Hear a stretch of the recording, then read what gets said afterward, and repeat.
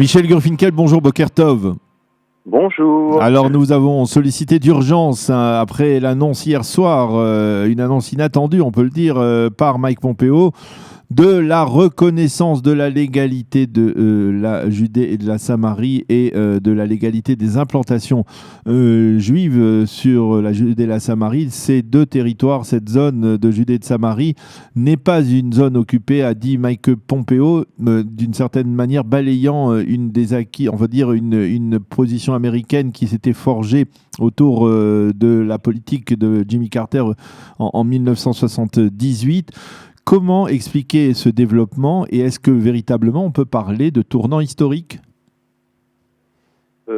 Oui et non. Bien sûr, c'est un tournant historique parce que il y a certaines vérités qui demandent à être répétées et il est très important à tout point de vue, il est très important dans le contexte actuel, il est très important pour l'avenir du Moyen-Orient et pour l'avenir d'Israël que certaines vérités, comme celle qu'a annoncée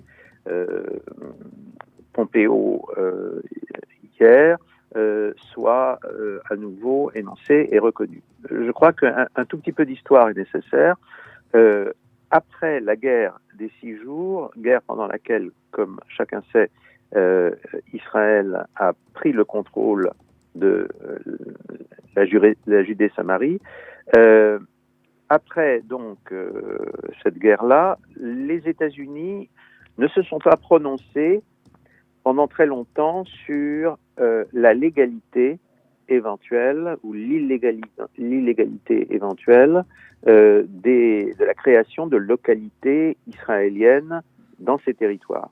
La première fois que les États-Unis ont déclaré que de telles localités allait contre le droit international. La première fois, c'était en 1978, donc c'était sous l'administration Carter, qui était une administration on va dire plutôt hostile, hostile à Israël, et c'était le travail plus particulier du secrétaire d'État de l'époque, qui s'appelait Cyrus Vance, qui représentait en quelque sorte l'aile gauche de l'administration Carter, l'aile la plus cartériste de l'administration Carter. À ce moment-là, donc, en 1978, le département d'État a publié, non pas une décision, mais il a publié une opinion émanant d'un de ses juristes, qui est connu sous le nom de Mémorandum Ansel, du nom de ce juriste, Ansel,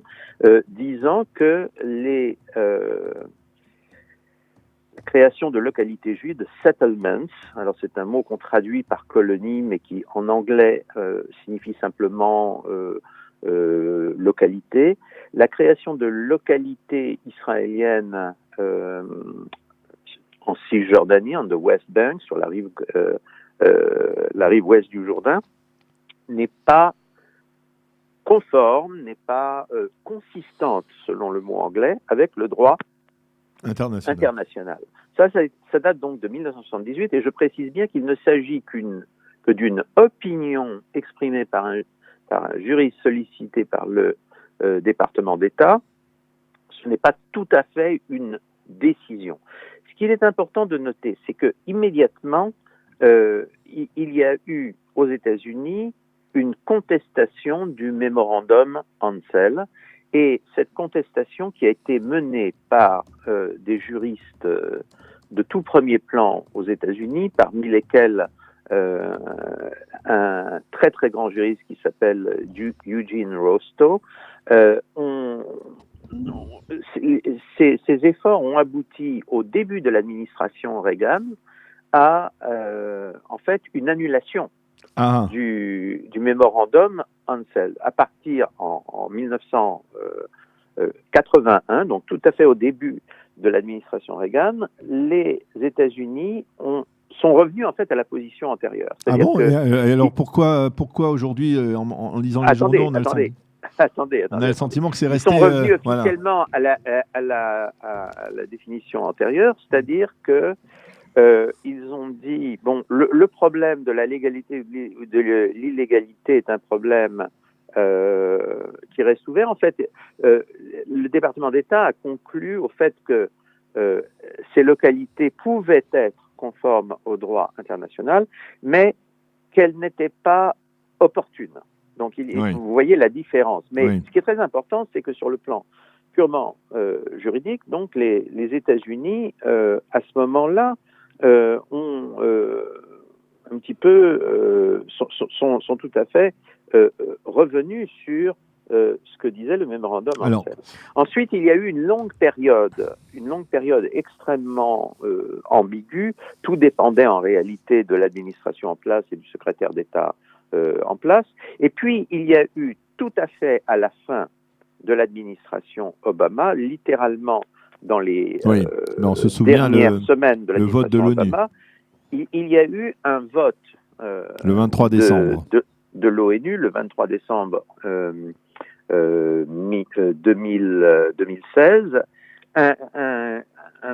Les États-Unis ont laissé passer une résolution internationale condamnant Israël à partir de ce qui est la doctrine de l'ONU. On sait comment les doctrines de l'ONU sont fabriquées, à travers quelle majorité plus ou moins automatique elles sont fabriquées. Et donc, à ce moment-là, les États-Unis ont semblé à nouveau admettre le principe d'une illégalité de toute création de localité au-delà de la ligne verte, et y compris dans la région de Jérusalem, Et à nouveau, l'administration Trump est totalement revenue sur cette idée à partir de janvier 2017. Ce que fait Pompeo aujourd'hui, c'est en fait revenir à ce qu'a été la position initiale des États-Unis, et il s'est empressé de bien le signifier et de bien dire que la position qu'il défend aujourd'hui est une position qui a été soutenue notamment par l'administration Reagan et aussi du côté démocrate par l'administration Clinton. Alors, j'aimerais bien comprendre pourquoi Mike Pompeo a fait cette annonce hier. Est-ce que c'est lié, à votre avis, à la situation politique en Israël? Parce que ces derniers jours, il faut bien avouer qu'on parlait d'une sorte de frustration de la part de l'administration Trump qui, à cause de la situation politique en Israël, n'avait pas réussi à déposer, en tout cas publier son plan, son fameux deal du siècle, et qui en avait peut-être un peu assez de la situation, de l'impasse politique actuelle en Israël. Alors apparemment, cette annonce de Mike Pompeo va à l'encontre de ces estimations. Elle donne le sentiment que Trump veut peut-être aider Netanyahou. Vous avez raison, mais alors je voudrais évoquer un autre fait important qui s'est produit ces derniers jours, c'est l'entrée en lice sur cette question de Nikki Haley. Nikki Haley, vous savez, a été la représentante des États-Unis aux Nations Unies dans les 2 premières années de l'administration Trump. Elle s'est rendue célèbre pour sa défense extraordinairement éloquente de nombreuses causes chères à l'administration Trump, y compris, bien entendu, et de manière extrêmement centrale, la cause d'Israël. Nikki Haley était partie au bout de 2 ans, en bons termes, semble-t-il, avec l'administration Trump, mais tout de même, elle était partie.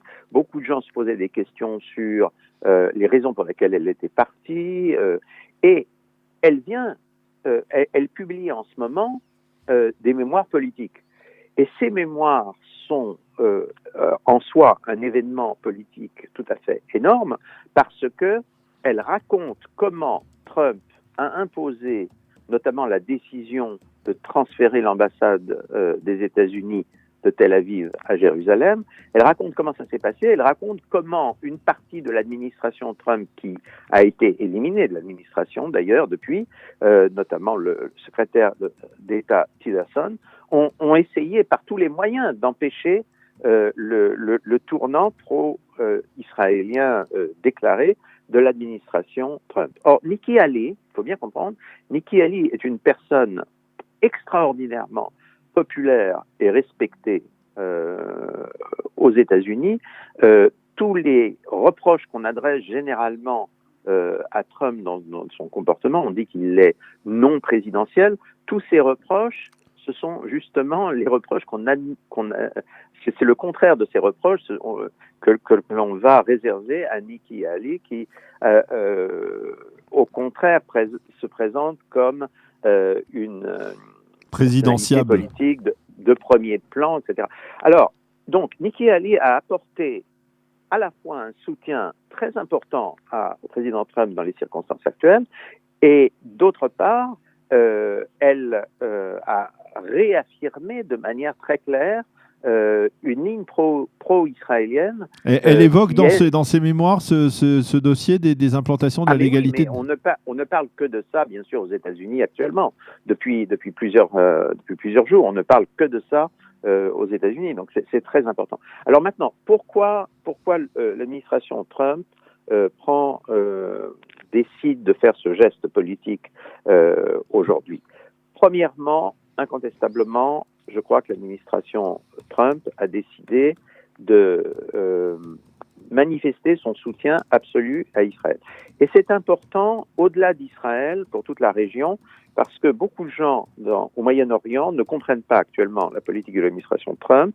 Ils ont peur que Trump se prépare, en fait, à abandonner tous ses alliés au Moyen-Orient, et par conséquent, en réaffirmant son soutien à celui qu'il désignait comme son allié et ami principal au Moyen-Orient, c'est-à-dire Israël, Trump, indirectement, rassure toutes les personnes et tous les États qui étaient inquiets par ce qui s'est passé.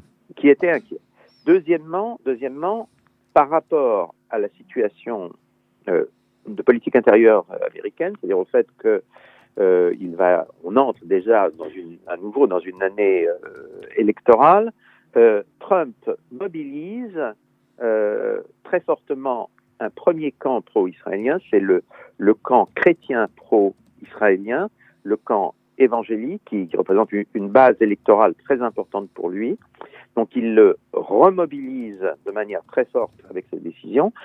Alors, sur la question des Juifs américains, c'est beaucoup plus compliqué parce qu'on sait que pour des raisons de sociologie interne du judaïsme américain, beaucoup d'entre eux sont totalement acquis au Parti démocrate et ont développé une aversion quelque peu irrationnelle vis-à-vis de Trump. Mais le fait que l'administration Trump se manifeste, surtout au moment où il vient d'y avoir à nouveau une guerre au Moyen-Orient, enfin disons une bataille au Moyen-Orient, où les menaces iraniennes se précisent, le fait que cette administration réaffirme son engagement pro-israélien va probablement avoir des conséquences sur l'électorat juif américain, même de manière marginale, cela va avoir probablement des conséquences. Et je pourrais dire une dernière chose au niveau de la politique intérieure américaine. L'argument ultime de Trump en vue de la nouvelle campagne qui s'ouvre, donc en vue de sa candidature à sa réélection, c'est quand même le caractère extrémiste de la plupart des candidats démocrates. Donc Trump dit, écoutez, vous m'avez accusé de ne pas être présidentiel, mais moi je suis réellement présidentiel. Je suis réellement dans la ligne de nos meilleurs présidents depuis 50 ans. Donc, alors que vous êtes des extrémistes, vous êtes en quelque sorte des aventuriers d'extrême gauche. Je pense que ceci joue. Est-ce que le président Trump a voulu aussi soutenir la création d'un nouveau gouvernement en Netanyahou? C'est possible également. Je crois qu'il y a eu un ensemble de facteurs pour que Pompeo prenne cette décision très importante. Eh bien, merci beaucoup, Michel Gurfinkel, de nous avoir éclairé à chaud, on peut le dire, sur cette décision, qualifiée donc par la presse israélienne ce matin et par Benjamin Netanyahou d'historique, de reconnaissance de la légalité de la Judée et de la Samarie et de la légalité des implantations juives en Judée et Samarie. Merci beaucoup d'avoir été avec nous ce matin et bonne journée. Shalom. Shalom, bonne journée. Voilà, nous terminons cette heure d'actualité. Liana, vous nous avez rejoint pour présenter les émissions qui vont suivre dans quelques secondes. C'est Mama. On continuera avec un focus association. Ce sera Benjamin Chocroun qui nous en parlera. On aura bien entendu notre plein Lado avec notre ami Bernard